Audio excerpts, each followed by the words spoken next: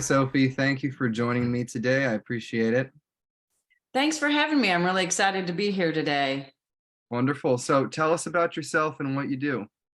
Sure. So I'm an 80s pop Stevie Nicks witchy woman and the owner and CEO of SophieZo Next Level Business Support. And we are the all-in-one team you don't have to lead or manage, that you get to plug and play in the back end of your business for all things marketing, operations, and management. Wonderful. So how did you start? Well, I got started a little over 20 years ago when I needed to make money for the family, but a job would just go to daycare for my two kids. So I jumped into the online space as a freelancer looking to do, basic VA work, virtual assistant work, such as customer service, admin stuff, all those things. Got a gig with an e-commerce guy in New York and worked with him for almost 4 years, starting out as his customer service virtual assistant and ending up his business manager. Helped him run his company, his $500,000 a year company, for a whopping $12 an hour. Discovered that was just not enough pay, and I was too burned out and fried to keep going, and he wouldn't pay me appropriately. So I left, took a break. 8 months went by and the house started to have problems that needed to be fixed. So I needed to go back to work. But I knew I didn't want to do what I did last time. So I got into transcription, and that's where I found all the amazing coaches and service providers that I work for today. And so I got on social, I relaunched myself as a virtual assistant, jumped on social media and networked until I had other virtual assistants wanting to outsource to me. So lo and behold, SophieZo LLC, then it was called SophieZo Virtually There For You, was born. My business was born. And I've taken it through solo work, teamwork, going exclusive with a client, getting let go and losing it all, and starting all over and building what I have now today. And wonderful. So tell me about it today. So how do you get new clients today, or do you have enough work now, or how does it work?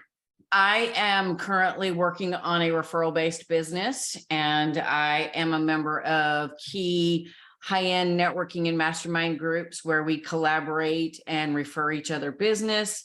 Of course, current and past clients like to refer me, and I also reach out every now and again to people I know who know me and have people in their world that would be a good fit for me. I'm also doing strategic LinkedIn, marketing strategies as well, and finding my clients on LinkedIn as well. Wonderful. And what makes you different from competitors?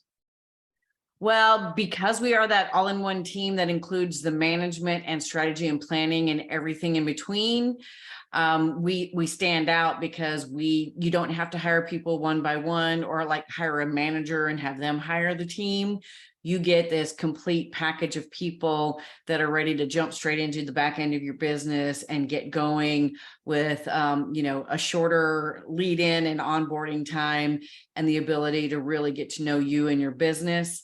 The other thing that makes me unique and my company unique is that I have the great balance between the spiritually minded, visionary entrepreneur who is so right brain, as they call it, because I am that, but I'm also a Virgo, the left brain, practical, analytical, detail oriented person. I can essentially be their left brain so that their right brain can get organized and systematized and get out there to where they're generating more revenue and living in their visionary side, in their purpose and genius where they want to be, instead of trying to be that left brain person that's running the business. Right. So do you have freelance employees that work under you, or do you do all of the assistance yourself? How do you structure the work? It is a team-based business, and I have about 7 contractors, 1099 contractors that work within the company for me. I am the point of contact and assist with some of the management side of things, but the rest of my team does everything else. And we have a very designated system of who's doing what.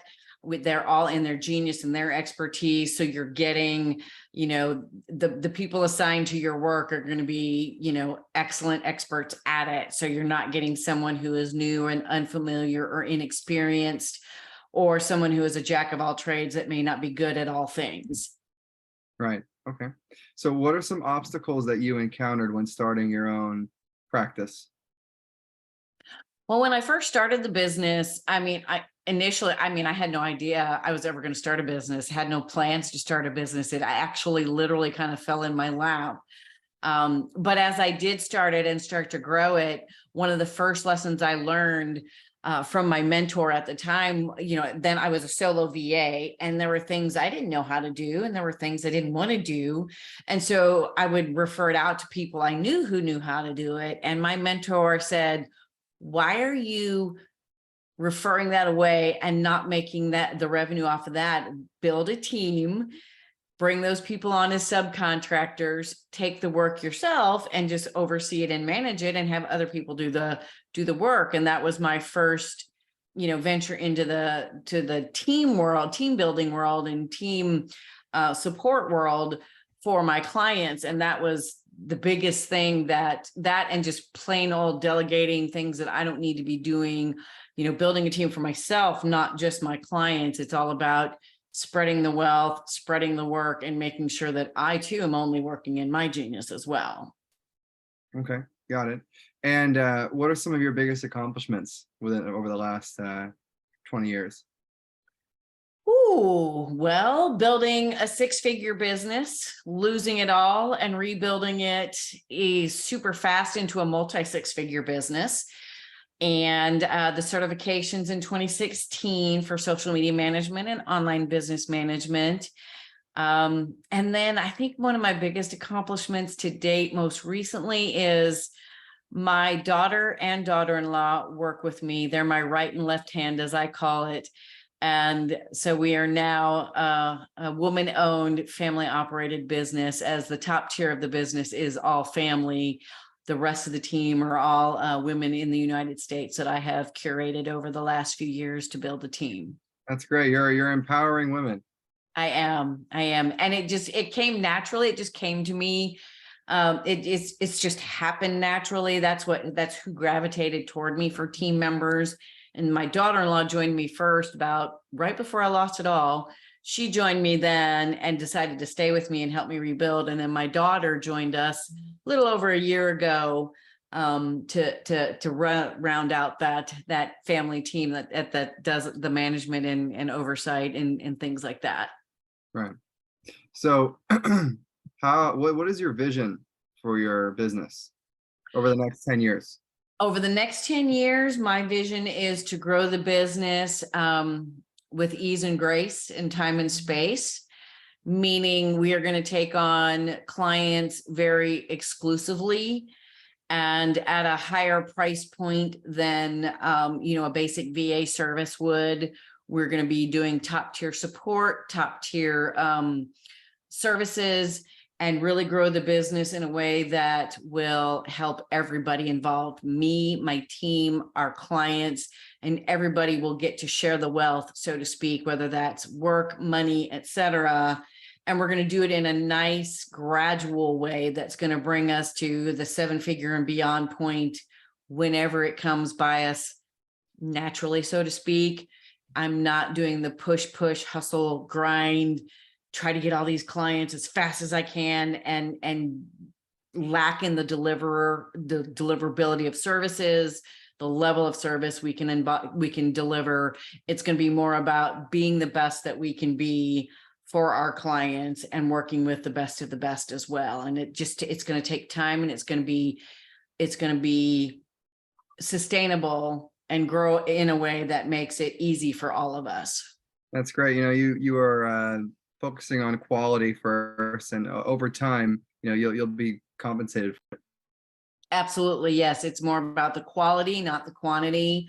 I don't want to bring in client after client after client and, kill us all, so to speak, and not perform for the client. And because, that's going to cause me to lose clients as fast as I'm bringing them in. It's a much better, business model for me to bring them in one at a time, make sure we're doing everything we can for as the best as we can, and then bring in the next one, and then bring in the next one, and really make it client focused. What are your plans for exiting the business? Do you plan to give it to, to your daughter, or what's your plan regarding that? Well, my daughter and daughter-in-law have both explicitly said they do not want the business when I decide to retire, or if I happen to pass away and still have the business. So right now it is set up to not go anywhere, but after a recent conversation with some people I know who are experts in the exit plan strategy, more than likely this is going to be sold. And I will exit in that way. I will sell the business to someone who can take it over and run it and that kind of a thing without me and my input, so to speak. So it will most likely become a legacy business that I sell out to somebody to own it instead of myself. Right. Okay. Okay. So over the years, what are some leaders and entrepreneurs or thought leaders that you respect and looked up to that inspired you to succeed and do what you do now? Well, there's quite a few of them. To name off a few, I would say in the earliest days, it was Fabienne Fredrickson, Kendall Summerhawk, Kim DeYoung, and women like that. In the last 6 or 7 years, I've worked with and coached with David Nagel, Amira Alvarez. I'm currently involved with the masterminds I'm involved with are led by Jake Ballantyne and Kelly O'Neill and Violeta de Ayala. And so those are the names, the thought leaders, mentors, and experts that I work with and aspire to, and who inspire me. Right. So what are some of your biggest business insights that you've learned and helped you grow during the time that you've had your business? The biggest thing, that two of my most important points on that, in that respect, are you're not alone, so don't do it alone. And always have coaches and mentors and or masterminds around you meant to help you through everything you go through as a business owner.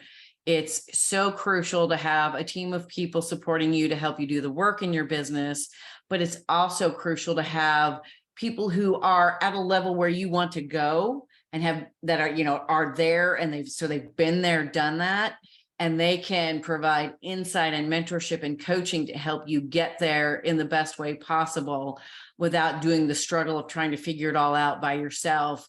Right. And they can also be cheerleaders for you. You need cheerleaders behind you, so to speak, whether that's family, friends, coaches, or mentors, people who believe in you and believe in what you're doing, and, getting the naysayers out of your life. And I don't mean necessarily cutting off your relationship with them, but just choosing not to discuss your goals and dreams and whatnot with them if they're going to just constantly try to cut you down and say, oh, you can't do that. You're insane. You're crazy.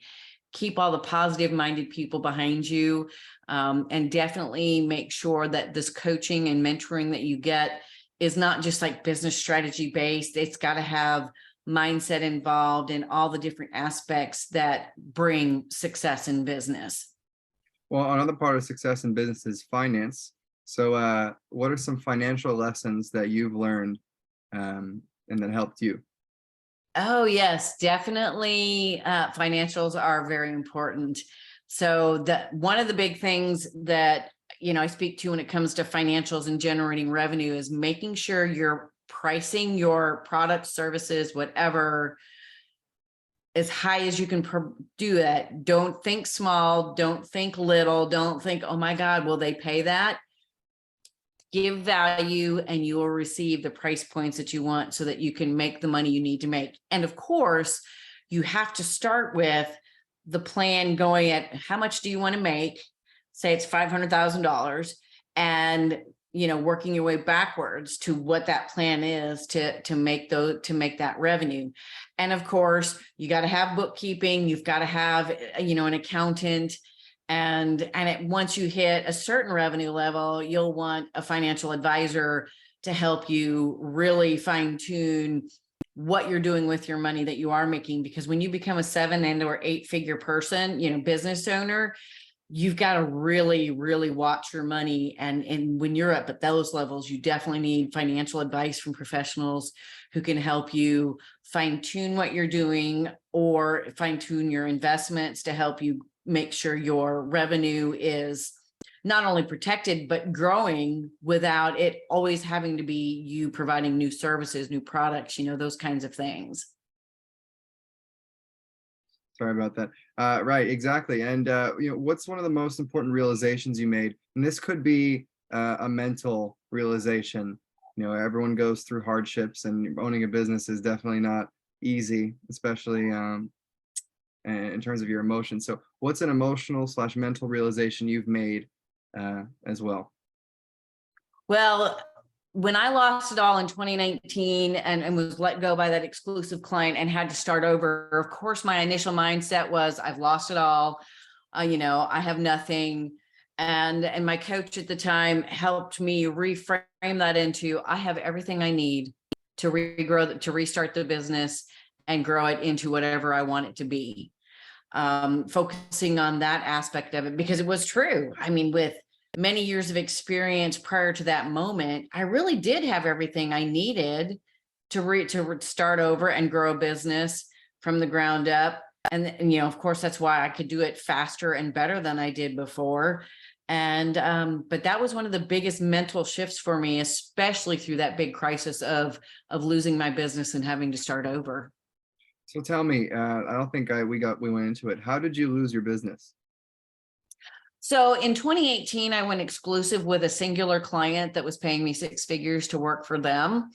And I chose not to work with any other clients at the time, so that I could really focus on them and provide them the best, service and best of me possible. And then a year later, they just up and let me go.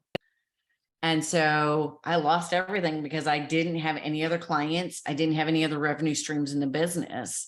So I basically lost it all. Fortunately, I was in the process of building a second side to the business that would be an agency style business to generate other revenue with other people doing the work while I continued on with this client. Well, this client let me go. So then I got to focus on that, and which was what actually needed to happen. The losing it all was actually the biggest blessing and best thing that could have happened to me, because it freed me up to really do what I want to do and to focus on building the kind of business I have now.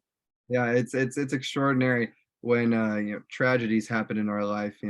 It's very important to, instead of thinking in a crisis mindset, thinking maybe this is leading me to something better. And that it looks like that's what you did, and that's why you were able to rise out of the ashes, so to speak. Absolutely. And that's where the cheerleaders and other support comes in. Of course, I had my coach and coaching program at the time, but I also had my husband and family by my side. When I first got that call, I went down to my husband works from home too. I went down to his office, obviously in tears and devastated. And of course, he turns around and he was like, and when I told him what happened, the first words out of his mouth were, "Good. You needed that." And I was like, "Excuse me," but everybody around me helped me see almost immediately that it was a blessing in disguise. It needed to happen. And it was the impetus behind all that has come to fruition now. And without my coach, my mentor, my husband, and even financial, personal financial stuff that was involved with starting over too, I would have never made it, because I would have been stuck in the whole, oh, this sucks, I've lost everything, etc. But I had everything I needed to start over, as my coach helped me to see pretty quickly. Yep. You had a really strong and experienced network to help you, and support system. So that's really important to have. So what legacy do you want to leave behind? I think the legacy would be that you can be and do whatever you want to do if you put your mind to it, and surround yourself with the right support people and things to get you there, to persevere through all the ups and downs of business, because it, like life, is a roller coaster, and you're going to have your ups and downs. But if it's really your passion, if it's really what you want to do, and you really love what you're doing, keep going, keep going, keep going, because it will happen if you just keep going. Sophie, thank you for joining me today. You know, your story is very powerful, and Thank you. I'm sure it'll impact many of our listeners. And I really appreciate you joining. Thank you. Thank you for having me. It's been a pleasure. I hope it speaks to people and they can get something from it for sure. I'm sure it will. We'll include all your information down below. And once again, thank you, and we'll talk soon. All righty. You're welcome. Thank you. Bye now. Bye.